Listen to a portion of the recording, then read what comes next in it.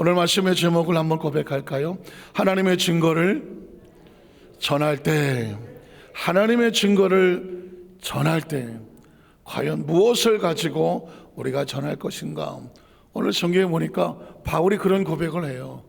형제들아, 고린도 교회 형제들아, 내가 여러분들에게 나갈 때 하나님의 증거를 전해야 될 텐데 나는 세 가지밖에 모르겠다 하면서 하나님의 증거를 전할 때 세 가지를 말합니다. 사실 그 얘기는 저와 여러분이 어디 가서 복음을 증거할 때, 예수를 증거할 때 우리 속에도 이 세 가지를 가슴에 새겨야 되는 거군요. 우리 첫 번째로 예수 그리스도와 십자가, 이렇게 말합니다.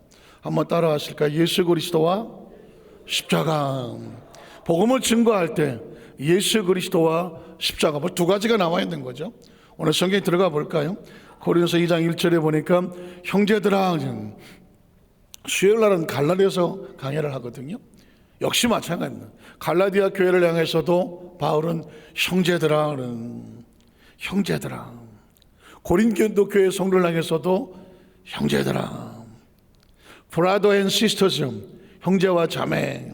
이 이야기는 뭘까요? 우리는 예수님 안에서 형제와 자매입니다. 그래서 그 전에 그런 찬송 불렀죠. 예수 안에서 우리 화목됐네, 감사하네, 기뻐하네, 하나 됐네. 반주 될까요? 지키. 우리 박수 한번 해볼까요? 예수 안에서,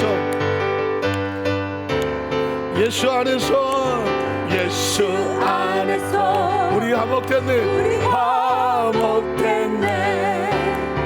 예수 안에서 우리 화목됐네. 하나님의 영광 함께 누릴 소망이네. 예수 안에서 우리 예수 안에서, 예수 안 우리 기뻐하네, 우리 기뻐하네. 예수 안에서 우리 기뻐하네. 하나님의 영광 함께 누릴 소망이네. 예수 안에서 우리 한 번 더 예수 안에서, 예수 안 우리 사랑하네, 우리 사랑하네. 예수 안에서 우리 사랑하네. 하나님의 영광 함께 누릴 소망이네.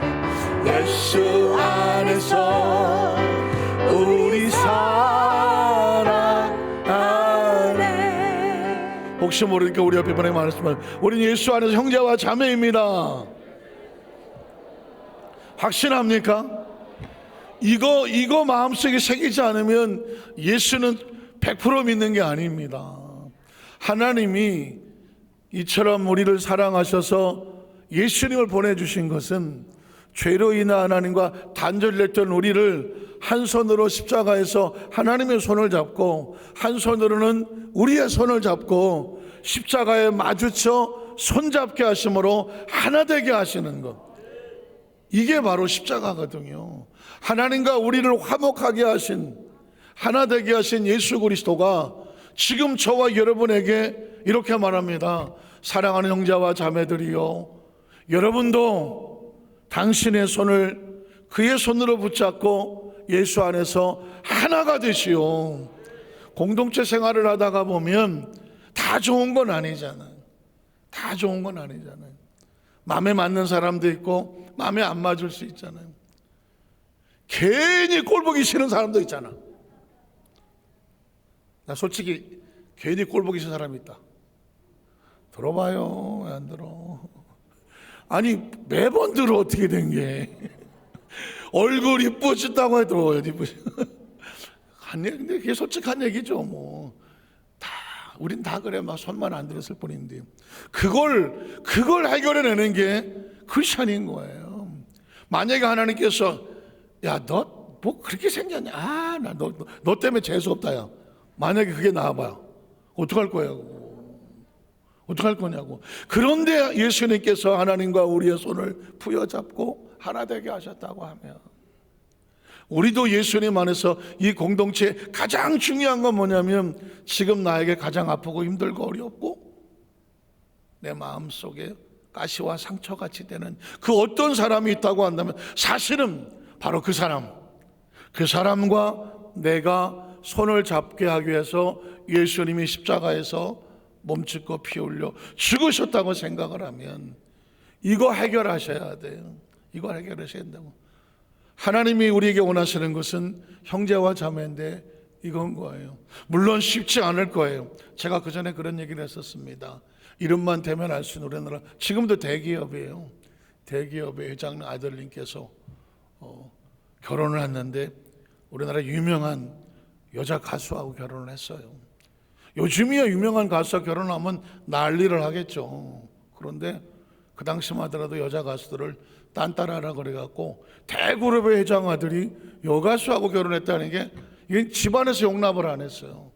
심지어 그 어머니가 권사님인데, 장충동 교회 권사님인데도 나는 그런 며느리 맞을 수 없다, 안 받습니다. 그런데도 그 아들은 그 가수와 결혼을 했어요. 뭐 대서특필이 나고 뭐 연예계에 뭐 도배를 했죠. 뭐 연예 잡지에 뭐 도배를 했습니다. 근데 전 뭐 그게 관심 있는 게 아니라 그 권사님 어머니가 돌아가실 때까지 안 받습니다, 며느리를. 참 초지일관하시는 분인데 가슴 아픈 거야. 나는 내 눈에 흙이 들어오기 전까지는 난 너 안 본다. 그까지 안 보셨어. 그까지 안 보셨어. 장충당교회 권사님이셨어. 그 아들하고 며느리는 장충동에 살았어, 바로 옆에. 근데도 안 봤어. 제가 그 얘기를 듣고 충격을 받았습니다. 그 기사를 읽고 충격을 받았습니다. 크리스찬인데 이해는 가요. 이해는 갑니다. 얼마나 마음이 아프고 힘들고 충격이 됐으면 그 권사님께서 나는 안 보겠다 하고 끝까지 안 보신 건 이해가 가. 너무 힘들었습니다. 그러나 어머니로서 내가 이해가 가. 자식에 대한 기회가 컸기 때문에. 그러나 권사님으로서는 이해가 안 가. 크리스찬으로서는 이해가 안 가. 물론 함부로 판단할 것은 아니지만, 크리스찬이 내가 눈에 흙이 들었거나 절대로 그거 안 본다 그러고 천국에 갔는데 거기 와 있어. 어떡할 거야? 영원히 와야 되는데.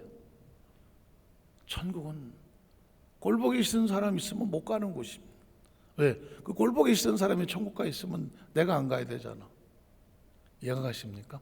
물론 쪼꼬처럼 드리겠지만, 하나님이 세상을 이처럼 사랑하사 십자가에서 우리로 하나 되게 하셨다면, 죄인된 우리를 용서하셔서 하나님과 하나 되게 하셨다고 하면, 우리가 삶을 살면서 뭐 나라를 구하거나 뭐 큰 일을 못한다고 할지라도 이 땅의 삶을 사는 동안에서 가슴에 맺혀 있는 그 아픔과 상처와 원한은 뭐하고 가라? 털고 내려놓고 그리스도의 사랑으로. 왜? 우리는 이미 예수님이 십자가에서 내 감정을 죽이고, 육신의 정욕과 안목의 장욕과 이생의 자랑과 내 감정과 내 가지고 있는 모든 걸 내려놓고 죽은 자와 같으니, 예수 죽음 내 죽음, 예수 부활 내 부활, 예수 생명 내 생명. 그래서 이제는 내 속에 내가 사는 것이 아니라 누가 삽니까? 예수님이 사신다며. 내 안에 성령님이 계신다며. 그런데 내가 저거 죽어도 안 본다? 이해 간다고 얘기했어요. 저도 그런 삶을 살다 보면 생기기도 하더라고. 그러나 그건 인간적인 생각이고 크리스찬은 아니다. 왜냐면 바울은 끊임없이 에베소 교회 형제들아, 갈라디아 교회 형제들아, 고린도 교회 형제들아, 데살로니가 교회 형제들아, 형제들아. 바울은 피투성이로 죽어가는 그 엄청난 선교의 고난의 고비를 넘기면서도 그 모든 사람들을 향하여 형제들아 이렇게 말했습니다. 그래서 성경 속에 형제들이라고 그냥 불러주는 말이 그냥 지나치게는 너무나 가슴 아픈 말입니다. 너무나 중요한 말이고 너무나 우리의 삶 속에 적용해야 될 말이라는 것입니다. 자, 그래서 내가 너에게 나아가 하나님의 증거를 전할 때, 하나님의 증거가 뭘까요? 증거는 복음이요, 은혜요, 사랑이요. 하나님에 대해서 전할 때에 뭘로 하지 않았느냐? 말과 지혜의 아름다운 것으로 하지 않았다. 굉장히 중요한 의미가 있습니다. 바울은 굉장히 똑똑한 사람이죠. 로마의 시민권가죠. 그 당시 최고 학벌을 나왔죠. 외모는 좀 볼품이 없었습니다. 그러나 그가 가지고 있는 이 학식이라든가 말과 언변이라고 하는 건 어마어마한 최고의 경지에 올라가 있었습니다. 그래서 두려운 겁니다.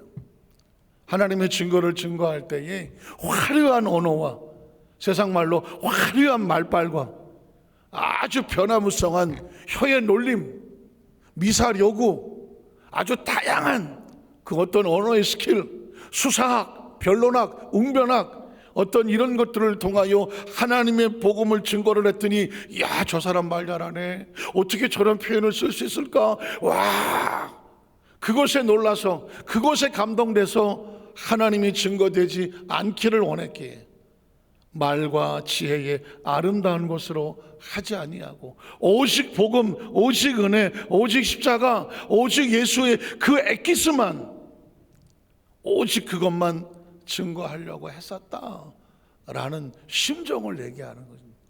저는 이 심정이 이해가 가요.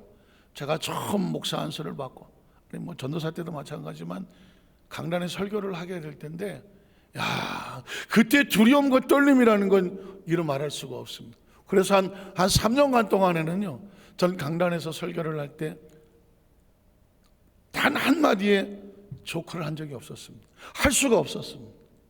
제 심령 자체가 처음부터 성경으로 시작해서 마지막까지 성경으로 끝내버렸습니다.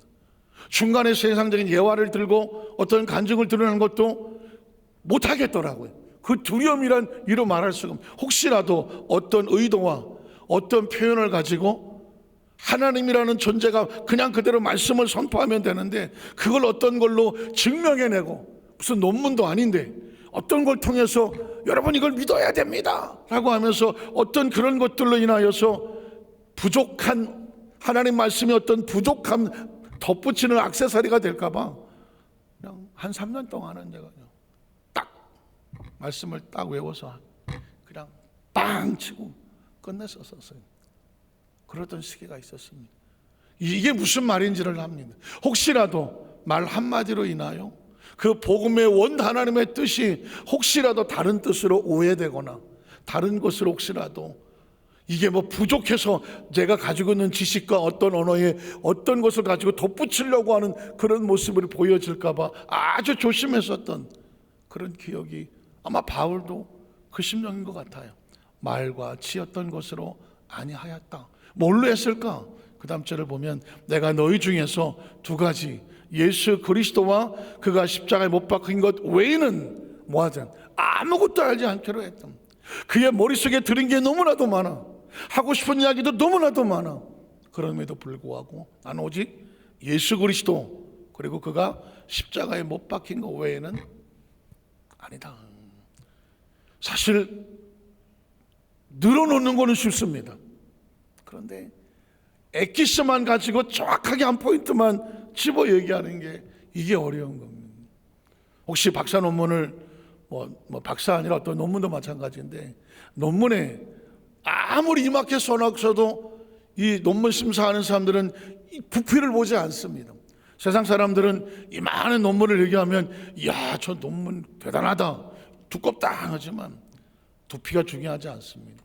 이걸 가지고 얼마나 최대한으로 요약을 하고 요약해서 딱 한 줄로 만들어내느냐, 그 한 줄을 뭐라고 말하느냐, 논지라고 말하는 것입니다.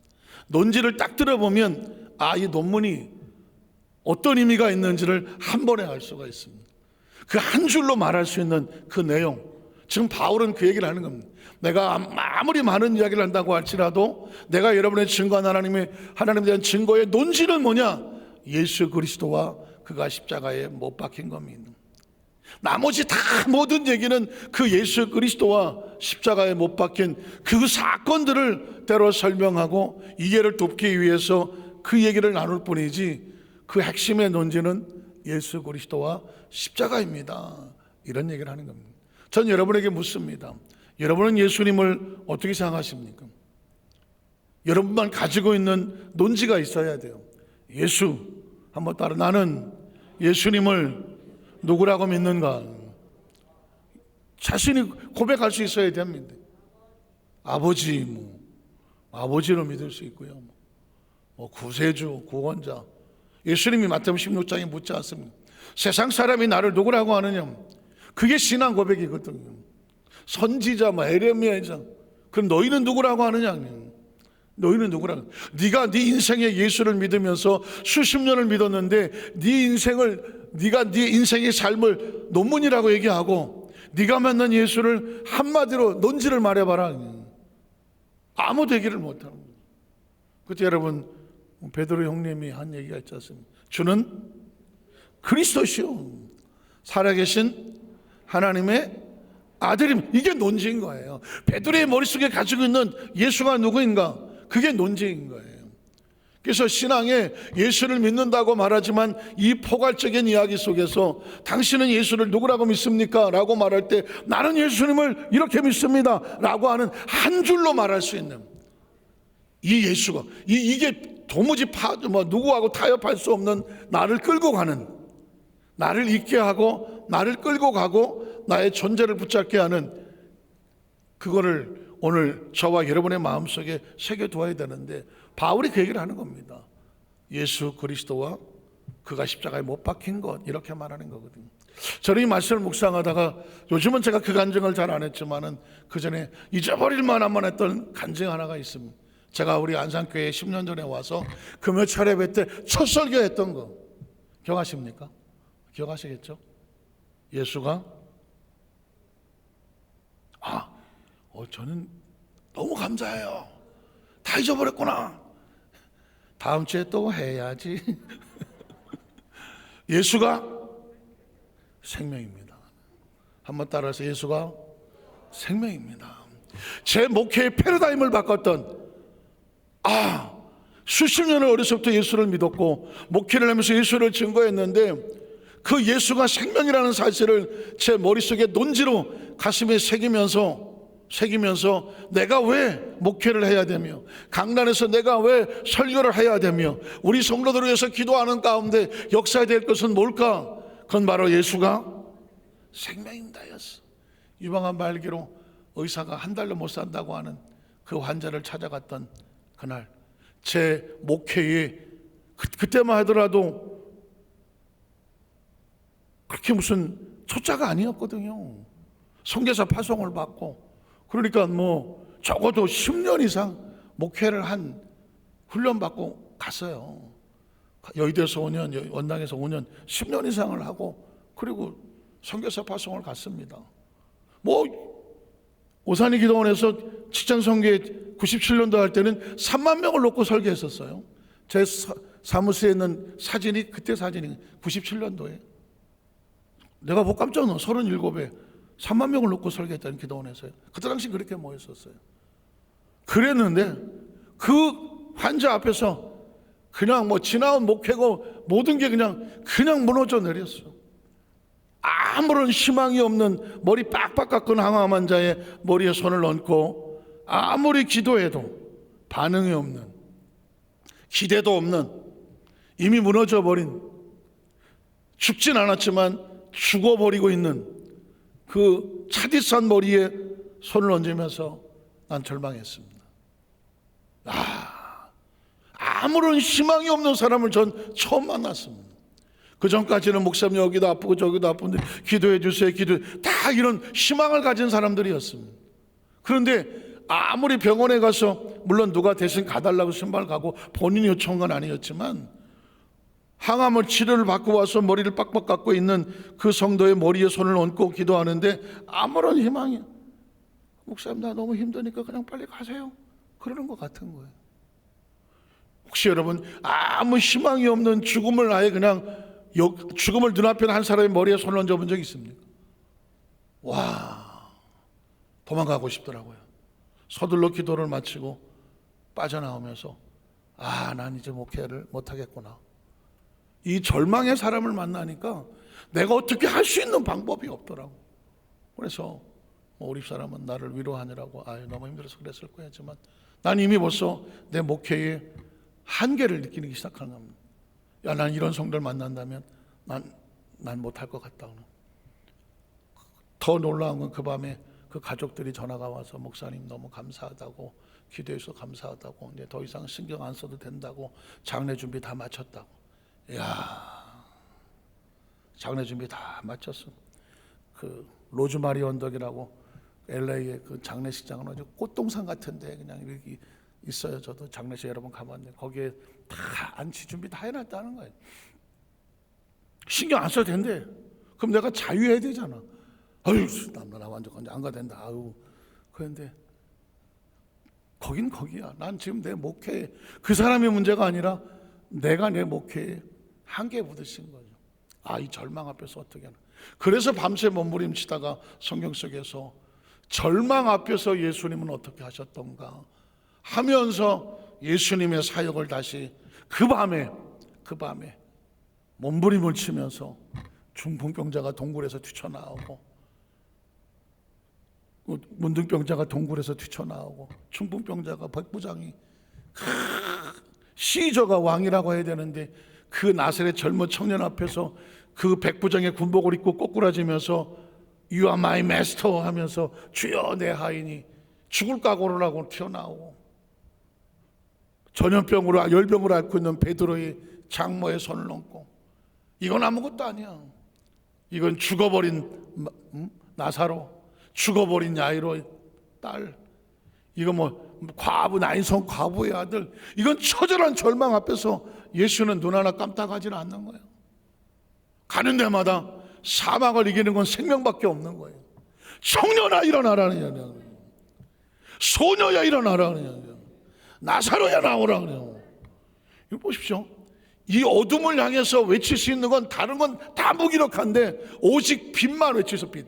어둠아 물러 갈지어다 누가 말할 수 있어? 빛이 말할 수 있는 건 다른 건 못해. 사망을 해서 외칠 수 있는 건 생명밖에 없는 거예요.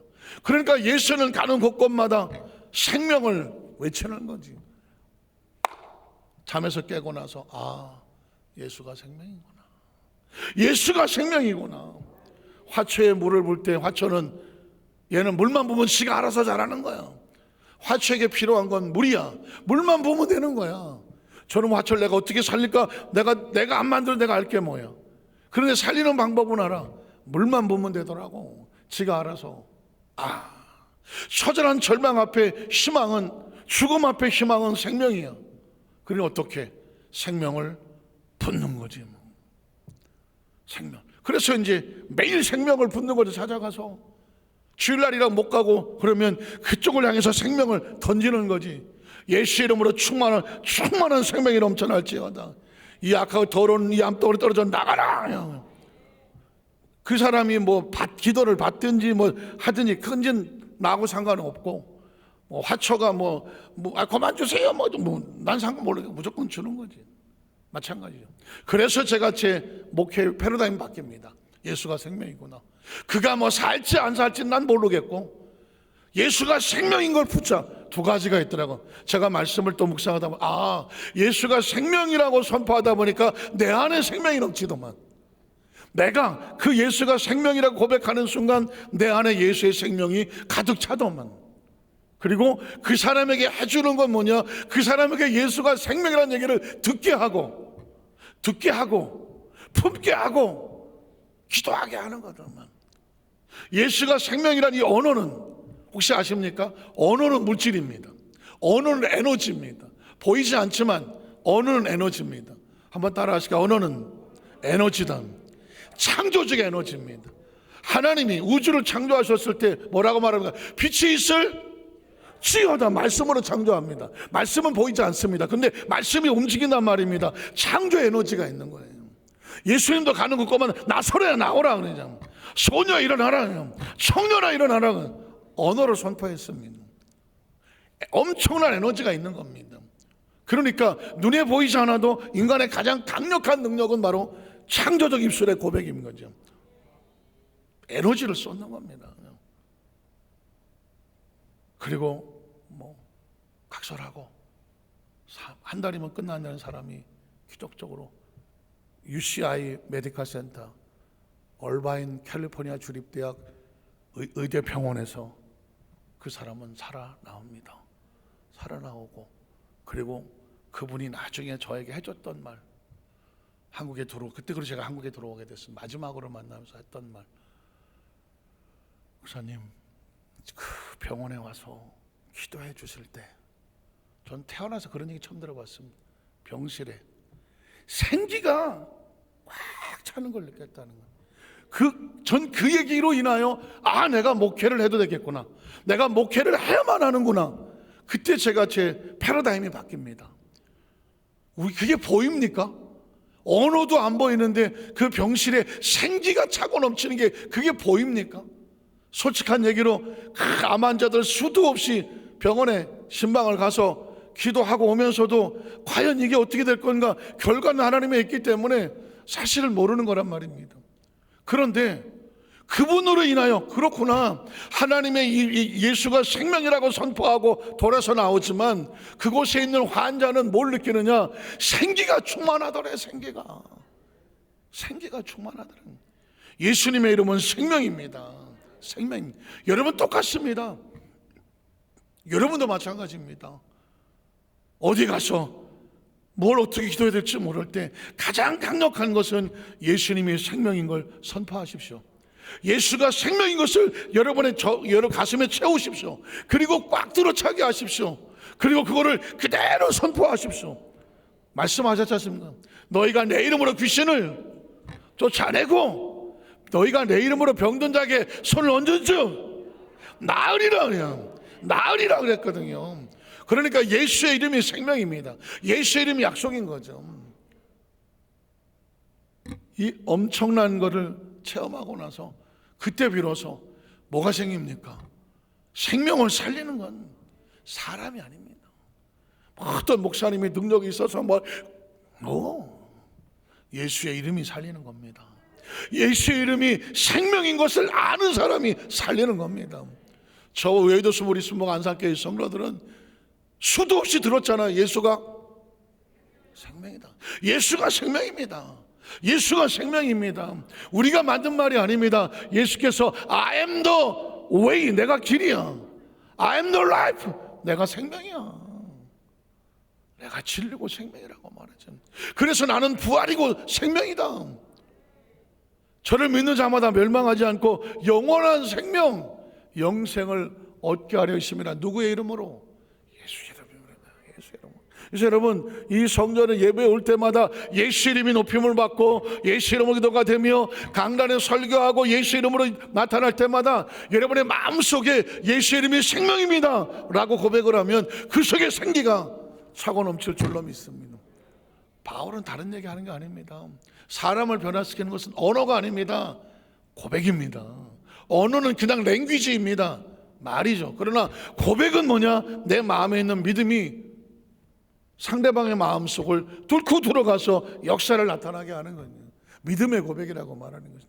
그래서 바울은 그렇게 말하고, 또 예수님의 십자가라고, 십자가는 제가 아까 서두에 말씀을 드렸습니다. 십자가는 사랑이다. 우리 하나님 사랑. 마지막 세 번째는 뭐냐면 성령의 나타나심입니다. 둘째로 성령의 나타나심과 능력. 바울은 그런 고백을 합니다. 하나님의 증거를 예수와 십자가에 달린 십자가, 그리고 세 번째는 뭐냐? 3절에 보면 이런 말을 합니다. 내가 너희 가운데 거할 때 약하고 두려워하고 심히 떨어왔다. 제가 수요일날 말씀을 드렸지만 바울은 거의 머리가 없습니다. 탈모가 막 너무 심해서 없습니다. 코는 독수리 코를 하고 있습니다. 그리고 허리는 이렇게 되어 있습니다. 눈에는 안질이 있어서 잘 보지를 못합니다. 외형적으로 볼 때는 어떻게 저렇게 생긴 사람이 있나. 그래서 바울은 항상 자신의 외모에 대한 컴플렉스를 가지고 있습니다. 내가 이런 모습으로 가면 저 사람들이 내 말을 들어줄까? 저 사람이 증거하는 예수라고 하는 그 예수를 믿을만 할까?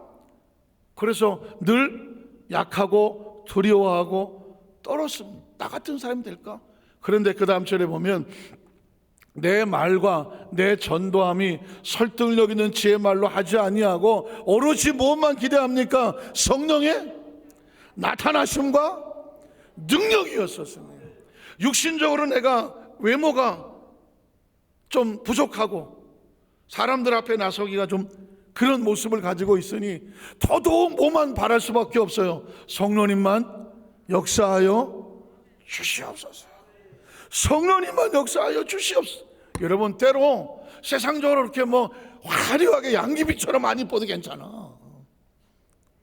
나는 양귀비 같이 이쁘다. 안 이뻐도 괜찮아. 외형적으로 뭐 그렇게 화려하지 않아도 괜찮아요. 화려한 스펙이 없어도 괜찮아. 왜?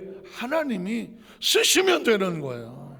쓰시면. 그러니까 인간적으로 부족한 게 있으면 더 뭐 하게 된다? 하나님을 배달리게 되잖아. 인물 잘 나봐. 교회 사진 안 나오고 지 사진 내놓잖아. 자, 그렇다고 치고 다만 성령의 나타나심과 능력으로 하여, 그 다음 절은 너의 믿음이 사람의 지혜에 있지 아니하고 다만 하나님의 능력에 있게 하려 하였노라. 성령의 나타남이라는 것은, 저는 우리 교회에 이런 역사가 있기를 원하면서 간증을 하나 하고 말씀을 마치겠습니다. 제가 그 전에 여러분 토론토 영성순복음교회를 가서 부흥회를 한번 간 적이 있어서 거기서 16년 된 중풍병 환자가 마지막 날 안수하다가 그 양반이 일어나서, 지금도 동영상은 있어요. 성령상은 있어요. 그런데 그때는 하여튼 뭐 토론토 쪽에는 뭐 그냥 손만 대면 그냥 다 넘어가 갖고 그 참 영상을 올려놓고도 보여주지도 못해요. 그런데 그 16년 되는 중풍병 환자가 일어날 때 전 그분이 그 교회 성도가 아니었어요. 장로교회 성도였고 부인은 권사님이었는데 남편은 그냥 덜렁덜렁 했는데 중풍병이 와갖고 16년 된 거예요. 그러니까 뭐 잘 걷지 못하는 것도 그렇지만 이게 돌아가갖고 침을 16년을 흘리는 거예요. 그러니까 연신 닦아야 돼요. 연신. 이게 흐르니까. 그러니까 옆에서 계속 닦아줘야 되는 거예요. 그런데 제가 거기 간다고 그 교회에서 캐나다 토론토에다가 TV에다가 내고 신문에다가 내고 또 이런 그 전단지를 만들어 식당마다 다 뿌렸어요. 근데 그분들이 식사하는 자리에도 그 전단지가 있었던 거예요. 그 전단지를 보다가 성령이 움직여야 되는 거죠. 이 교회 집회한다는데 가볼까요? 어딘들 안 가봤겠어요? 그분들이 16년 동안에. 그런데 그날 그분들이 마음이 움직였어. 그래서 그 비틀거리는 몸을, 걷지도 못하는 몸을 하고 그 권사님하고 그 교회 입구에 들어설 때, 그게 중요한 거죠. 나중에 난 건 뭐예요? 입구에 들어설 때 흐르던 침이 말랐어. 그러니까 그분들이 3일 내내 그 자리에 올 수 있었던 거예요. 입구에 들어서는 순간 16년 동안 질질 흐르던 침이 말랐다니까. 이게 누구 역사입니까? 성령의 역사입니다. 누가 안수를 한 것도 아니야. 누가 뭐 아직 예배 시작도 안 했다니까요.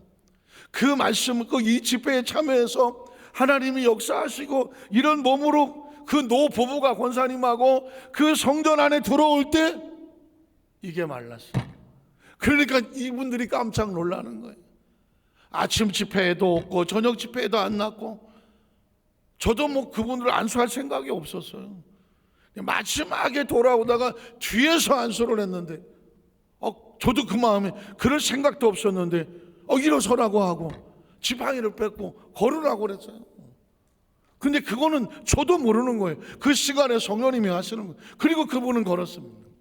제가 이 말씀을 다시 묵상을 하면서 이미 그분들은 치료받을 만한 믿음의 간절함을 가지고 성전에 들어올 때 하나님의 표적의 역사가 나타나게, 그렇게 역사가 나타나야 사람이 하지 않았다 그러거든요. 목사님이 설교를 잘해갖고 만수를 했더니 무슨 기도, 이게 아니라 하나님의 성령께서 누구의 손 하나 대지 아니하고 낫게 하신다면 누가 낫게 하신 거예요? 이거는 성령이 하시는 거잖아요. 여러분, 그렇습니다. 우리 여도수 한사교회 성도님들 하나님 앞에 나올 때마다 그런 심령으로 오셔야 돼요.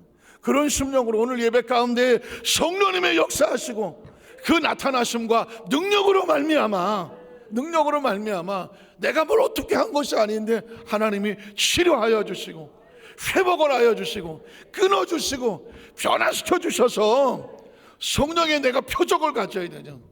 그게 간증이 되는 역사가 있기를 주의 이름으로 축복합니다. 하나님은요, 우리가 뭘 열심히 잘해갖고 야, 네 정성이 지극해서 내가 너한테 복을 준다가 아니더라고. 하나님이 쓰시려고 하니까 복을 주시고 쓰시더라고. 마찬가지입니다. 내가 뭘 해야 치료받는 게 아니야. 치료받으려고 하나님이 쓰시고 하자는 사람은 불러오더만 불러와. 불러오면 오면서 그를 치료해 놓고 쓰시는 거예요. 이해가 가십니까? 내가 뭘 부족해서 하나님 날 안 고쳐주시나 이렇지 마. 하나님을 이렇게 째째하게 만들지 말라고요. 하나님을 기대하고 나오면, 그냥 기대하고 나오면 하나님이 고쳐주시고 복을 부어주시고 그리고 사용하시는 거예요. 그게 원칙이에요. 우리가 내가 뭘 못해서 하나님 날 복을 안 주시나, 내가 뭘 안 해서 아직 안 고쳐주시나, 그 세상적인 신들은 그렇게 말해요. 성경을 아무리 까디짓고 봐도 하나님은 불러서 복을 주고 치료해서 바꿔서 보내더라고. 사명자로, 사역자로, 헌신자로 만들더라고. 오늘 저와 여러분도 하나님께서 이 놀라운 세 가지 사건이지만 예수가 생명이고 그 십자가의 사랑으로 구원받아 하나님 앞에 나왔더니 성령의 나타나심과 능력으로 우리 영적인 육적인 가정과 사표장 가운데 하나님이 만들어주시는 나타남이 있어서 그 표적과 간증으로 저와 여러분이 하나님 앞에서 귀한 축복의 통로로 하나님이 마음껏 쓰시는 축복의 주인공 되시기를 주님의 이름으로 축원합니다. 기도하겠습니다. 전능하신 하나님 아버지,